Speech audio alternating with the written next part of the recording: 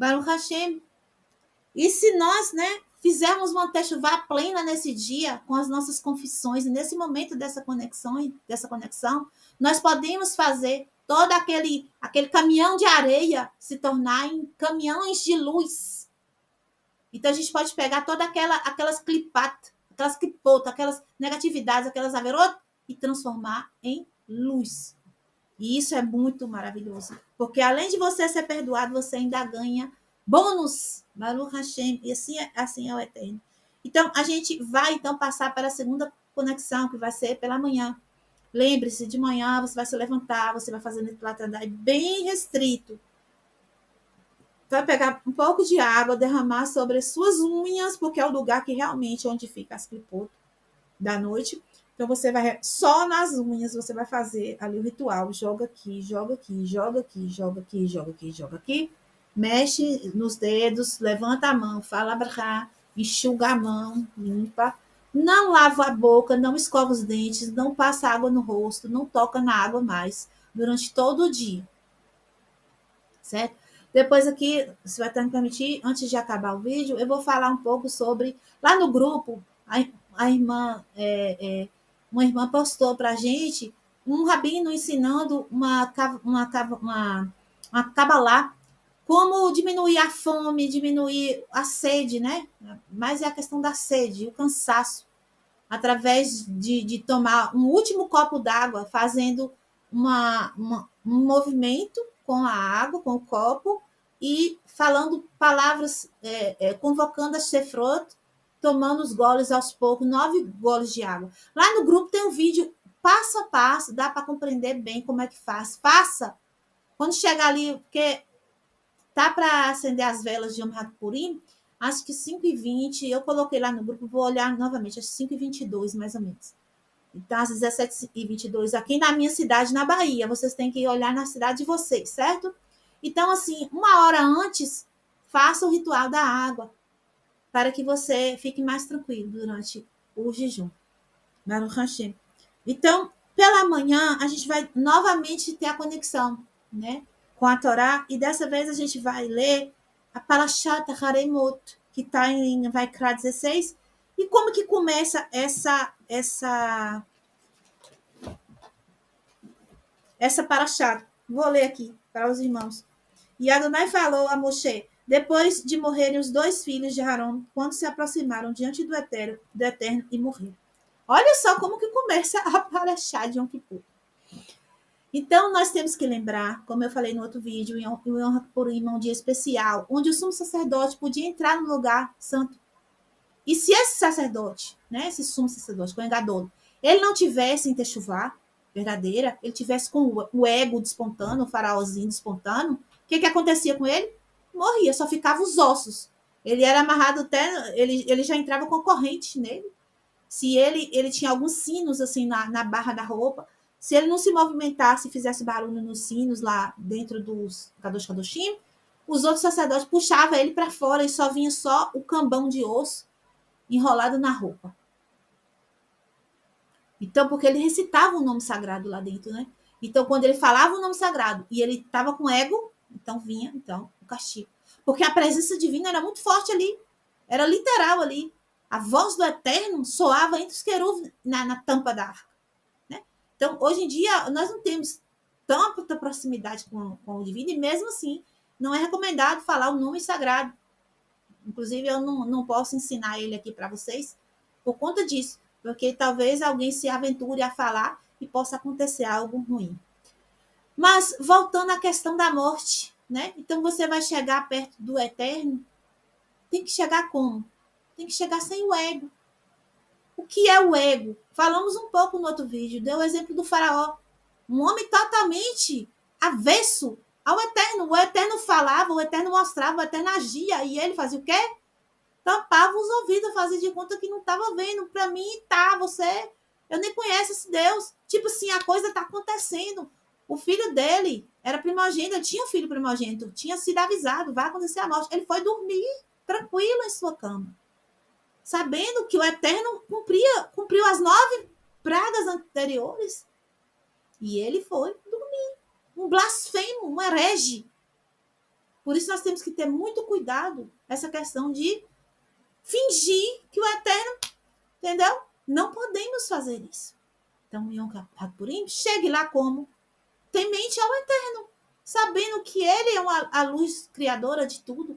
Ele te ama. Contudo, nós temos que ter temor a Ele, nós temos que respeitar suas ordens. Faça as 5 restrições, isso faz parte do temor. Se você está gestante, ou se você tem alguma doença muito grave que não pode ficar sem se alimentar por um dia, né? Alguma coisa que vai colocar em risco a sua vida, aí você não faça. Porque a gente não pode colocar, né, a nossa vida em risco, a não ser por 3 coisas. Tem 3 coisas que nós somos obrigados a morrer e não fazer. Sabe o que é? Idolatria, assassinato e relações sexuais ilícitas. Essas 3 coisas, se caso houver Hazel Halila, Hazel Shalom, Loa Leino, que não venha sobre nós. Alguma vez alguém apertar, né, apertar a gente e dizer, olha, ou você mata ou você morre. Então, vou morrer. Ah, ou você pratica tal coisa aqui de relação sexual ilícita, ou vou lhe matar. Então, pode matar. Então, ajoelha diante, adora tal Deus, faça isso aqui, ou você morre. Então, você pode me jogar na fogueira, fazer o que for, mas eu não vou fazer idolatria. Inclusive, nós estamos aqui nessa situação que provavelmente a gente, na outra, né, vida que nós tivemos, nós fizemos o quê? Nós dissemos sim para alguma idolatria. Porque senão nós não tínhamos nascido uma família de idolatria hoje. Nós tínhamos nascido uma família onde já não tinha idolatria. Porque nós estamos aqui para fazer um ticum, fazer um conserto. Ninguém está aqui porque já está resolvido. Quem já está resolvido não está aqui. Quem já está resolvido está nos mundos superiores, no paraíso. Mas, então, voltando para a questão da Haremoto, é isso. Como é que eu posso dizer? Ter esse cuidado, porque estamos nos aproximando da presença do Eterno, sabendo que Ele é um fogo consumidor, né? E tem nessa porção, mais na frente, no versículo 21, vamos ler aqui para vocês verem uma coisa interessante que eu quero falar com os irmãos. No capítulo 20, no capítulo 16, a partir do versículo 21, diz assim: E Aarão colocará suas 2 mãos sobre a cabeça do cabrito vivo e manifestará sobre ele todas as iniquidades dos filhos de Israel, todos os seus delitos e todos os seus pecados, e os porá sobre a cabeça do cabrito, e o enviará ao deserto através de um homem designado para isso. E o cabrito levará sobre si todas as suas iniquidades, a terra inabitada, e deixará ir o cabrito pelo deserto. E Arão virá a tenda da reunião, despirá das suas vestes de linho, que vestiu para vir à santidade, e as deixará ali.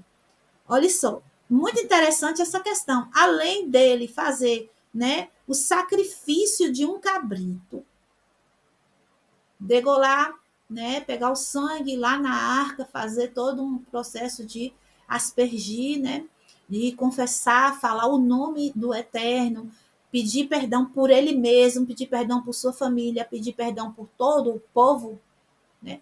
Ele ainda teria que fazer um ritual com um cabrito, um bode, né? O cabrito é um filho de bode, um cabrito vivo. Faria então de novo a confissão do pecado, agora colocando as mãos sobre a cabeça, a testa do cabrito. Depois esse cabrito seria enviado para o deserto, um lugar despenhadeiro. E lá uma pessoa, né, levaria ele e deixaria ele cair, despencar de cima de uma montanha, e lá ele morreria com a queda, levando o pecado. E os sábios dizem que tinha uma fita vermelha amarrada no chifre do bodinho, do cabrito, que quando acontecia essa questão de fazer a confissão na testa dele e ele ir caminhando, ele passava por todo o meio da cidade e todo mundo via ele ir caminhando. Essa fita vermelha que era amarrada no templo, ela ia se tornando mais clara, mais clara, mais clara, mais clara, mais clara, até quando o homem despencasse ele de cima do despenhadeiro, a fita estava branca.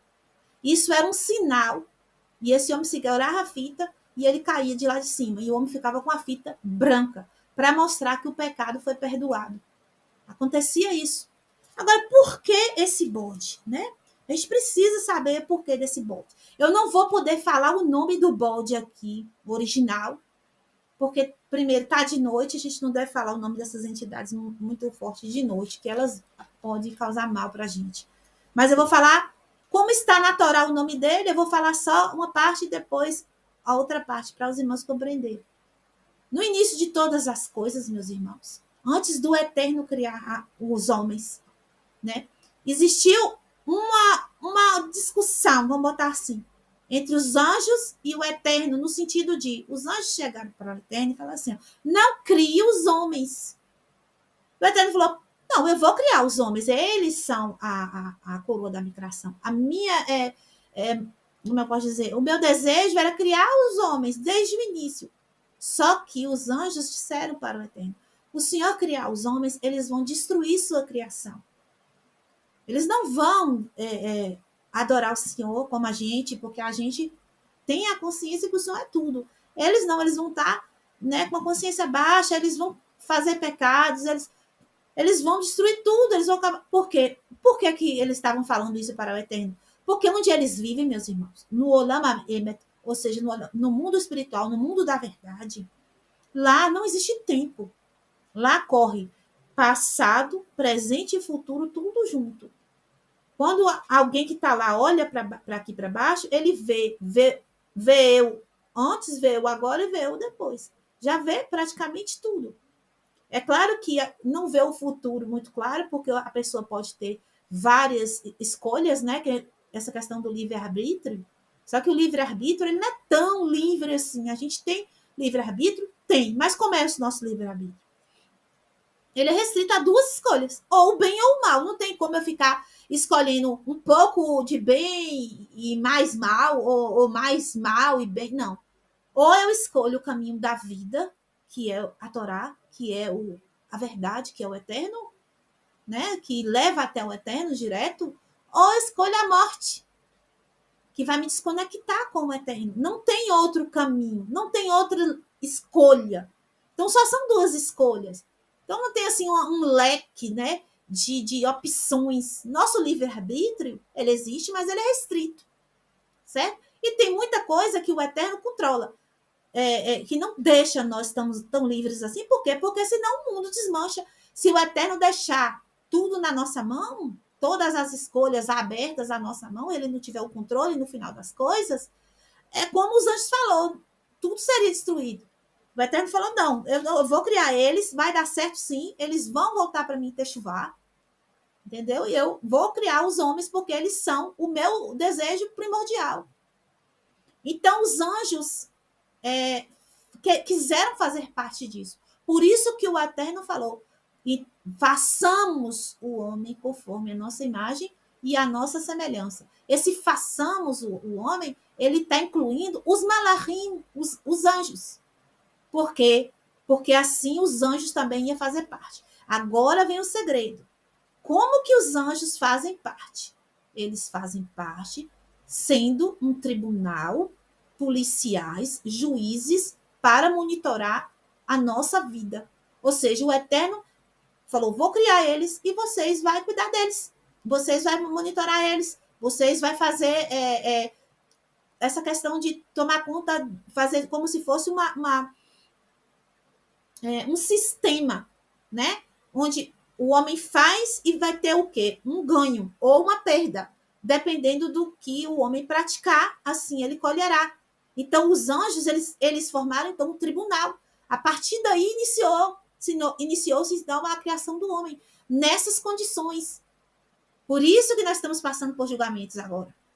Porque nós não fomos criados livres e soltos, não, nós somos servos do Eterno. A liberdade que nós temos é servir a luz do Eterno ou servir o nosso faraó. Existem dois senhores, o Eterno e o nosso próprio ego, que é o Satã. Ou seja, ou você serve a Deus ou ao diabo, mas não no sentido de o diabo ser um Deus. Não, o diabo é as nossas más características. O diabo é as nossas más midot, é as nossas próprias más inclinações. Esse é o diabo verdadeiro. Aquele que mora dentro de nós. Aquele que você olha no espelho todo dia. Esse rostinho aí que você conhece. Esse é o seu Satã. Nós já fizemos um vídeo aqui a respeito disso, o Satã interno. Então, os anjos, eles fazem parte disso. Então, por isso que nós somos monitorados por ele. Você não dá um passo, você não pensa nada sem que os anjos estejam aqui, criando pensamentos até os malignos, né? Cria pensamentos, fazem pensamentos malignos, joga na nossa mente para nos tentar desviar da Torá, e consegue fazer com a maioria, né? Então, os anjos, eles são esse sistema de vigília. O Eterno deixou que os anjos, que na verdade os anjos, no final das contas, é os pensamentos do próprio Eterno, é uma vigília constante. Eles não dormem, eles não cansam, eles trabalham rápido, eles voam, eles pulam, eles vão, eles vêm, e eles sabem e estão em qualquer lugar. Hoje mesmo eu estava na lavanderia e meu filho mais novo encostou na porta da cozinha para a lavanderia, e atrás dele tinha um malar alto, de branco, só que eu consigo ver que está como uma vestimenta branca, mas a gente não consigo perceber face, mas estava bem próximo dele, nas costas dele. Baruch Hashem, fiquei muito feliz, protegendo ele, que é guarda-costa para isso, né? Baruch Hashem, eu tenho, às vezes, Baruch Hashem, depois que eu sofri um pequeno acidente quando eu criança, tive uma experiência de quase morte rápida, e eu fiquei com essa sensibilidade espiritual. Eu vejo algumas vezes o mundo espiritual. Mas isso não é normal de acontecer. Geralmente as pessoas não conseguem enxergar. Algumas pessoas têm essa abertura e tem que ter cuidado, porque não é para a gente estar em comunicação com anjos. A gente tem que fazer comunicação com o Eterno. Certo? Então, voltando aqui à questão dos anjos. Então, tinha um anjo esse, o bode. Certo? Vamos chegar no ponto. O nome dele é Asa. Certo? Está escrito na Torá. E o final do nome dele é Zelo. Certo? E ele se levantou. Ele falou, não, mesmo que o Senhor deixar a gente ser policial, a gente ser juiz, a gente ser,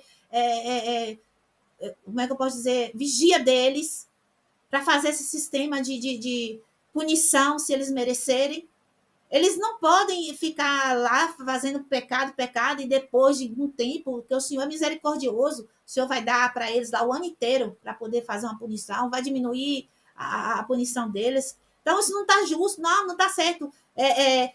Não quero, não aceita isso. Ele e outro, que não tem necessidade de eu falar o nome do outro, certo? Que era também chefe de alguns anjos, junto com esse, que esse era o maior de todos. Inclusive, ele podia combater com Micael, tão grande que ele era. Então, ele era não, né? Ele é. Só que ele está preso. Aonde que ele está preso? No deserto. Por isso que o cabrito ia para lá. Mas vamos chegar lá. Então, ele está em abismo profundo, em cadeias. Ele e o outro, o Sama, alguma coisa lá. Não vamos falar o nome dessas coisas aqui, tá? Porque atrai. É o Hashem. Então, ele falou para o Eterno, ele foi ousado. Ele falou assim para o Eterno, faz o seguinte, permita que eu encarne lá. O Eterno falou para ele assim, você está aqui no Olam Ha'emet. Você está no mundo da verdade. Você vê tudo. Você sabe claramente o que está correto. Claramente o que está errado. Eles não. Eles vão estar, né? Que o Eterno vê o futuro. Já estava falando de um futuro. Eles vão estar num lugar fechado, onde eles não têm a clareza da consciência. Eles vão ter que aprender isso. Vão ter que se esforçar. É uma subida do abismo. Tem muito mérito alguém que cai tão fundo e conseguir voltar para cima. Então, eles vão cair num poço profundo. Lá não tem luz. Lá é muito difícil, ou seja, eles vão receber muito pouca luz. E dessa pouca luz, eles têm que se fiar nisso e conseguir clarear toda a sua consciência para voltar para cá. Então, vocês têm que ter paciência com eles. Não, eu não tenho paciência com eles, porque, na verdade, meus irmãos, esse cara, né, vamos falar assim, essa entidade, esse ser, ele foi invejoso. Por quê? Porque ele sabia que os homens, sendo a criatura, né, primordial dos pensamentos do Eterno, eles poderiam ultrapassar o poder dos anjos. Por que um homem que está aqui nesse mundo caído consegue ultrapassar o poder dos anjos, que está lá em cima, pertinho do trono do Eterno? O trono do Eterno no sentido da morada que a luz esteja mais próxima. Não existe uma cadeira onde Deus senta. Deus não se assenta, Deus não é uma pessoa, não existe trono, cadeira.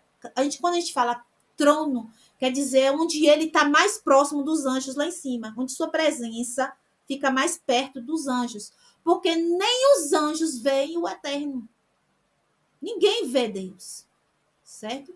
Ele vai se manifestar ainda para todos, vai, mas no final, quando tudo já tiver sido corrigido, certo? Voltando, então, a questão de inveja, foi isso que ele teve. Por quê? Porque, como eu falei, o homem pode subir um grau assim, vários graus acima dos anjos. Os anjos foram criados no mundo do mundo de Etzirá, ou seja, de Zerampim, abaixo de Briá. A raiz da alma dos homens é em Briá, é mais alta. E se o homem caiu e volta, ele ainda tem o mérito de subir ainda mais um degrau e ir para Atzlut. Então, onde o homem chega? Chega na tampa, lá no topo. O homem pode voltar, né, praticamente a Adam Kadmon, que é, né, a alma de Mashiach. Então, nenhum malach é maior que Mashiach. Né? Então, os homens podem fazer esse retorno ao primeiro criado.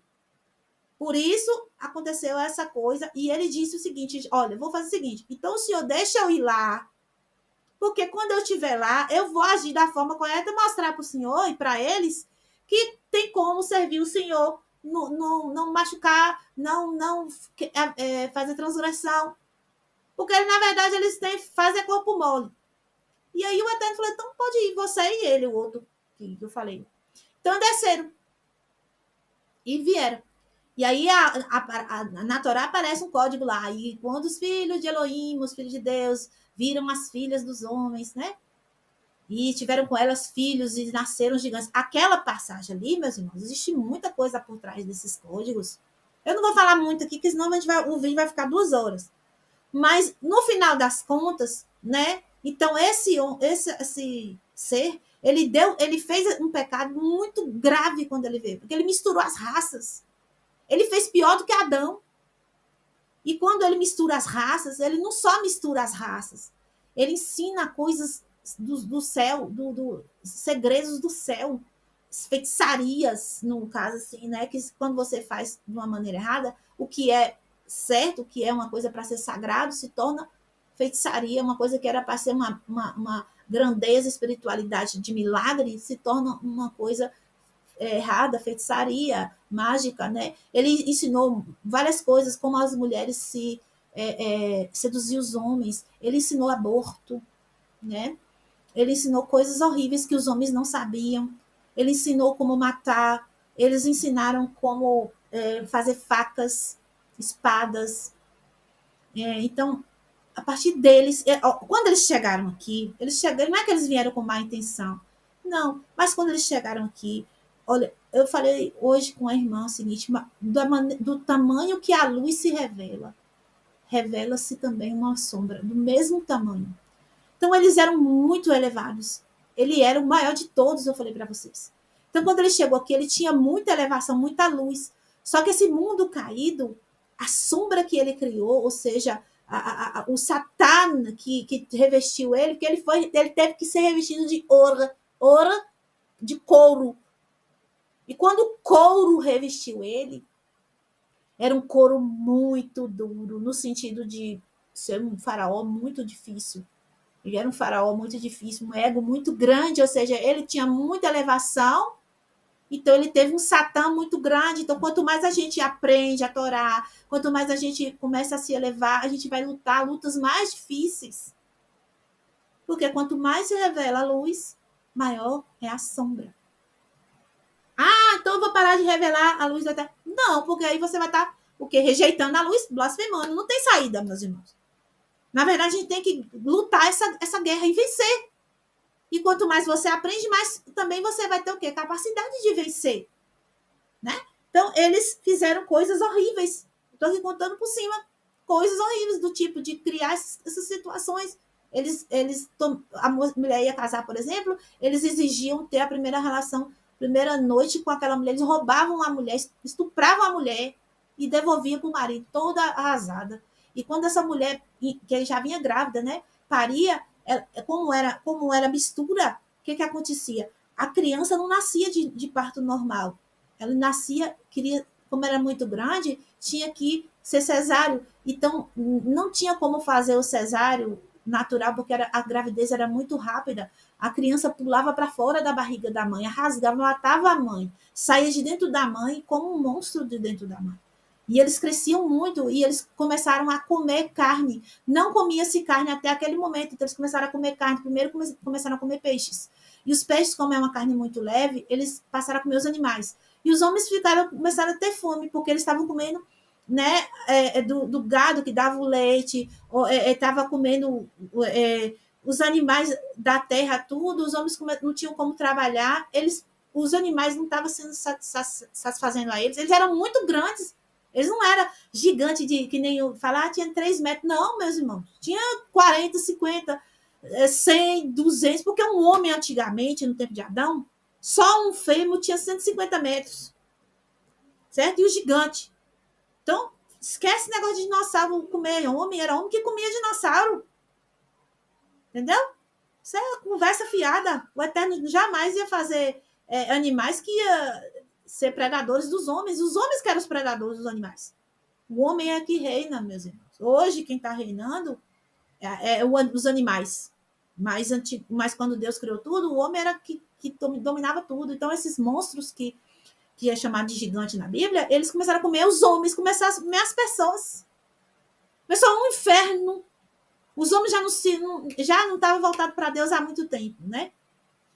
E Caim, que foi o filho de Adão, também se associou a eles. Fala que Caim matou a Hevel e ele foi morar em Nod, né? Aquela terra de Nod, se você pegar no hebraico, ali é a terra de demônios, ou seja, a gente sabe que Adão teve essa coisa de fazer filhos, né?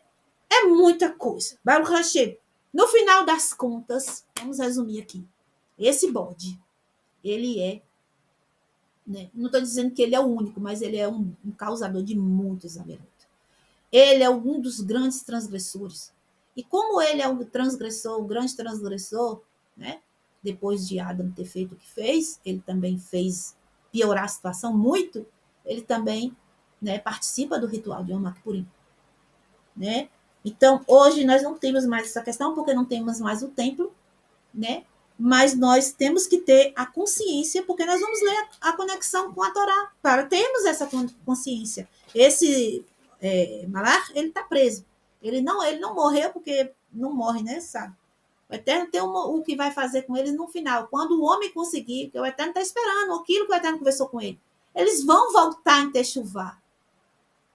E ele quis fazer isso, ele quis botar em prova a palavra do Eterno.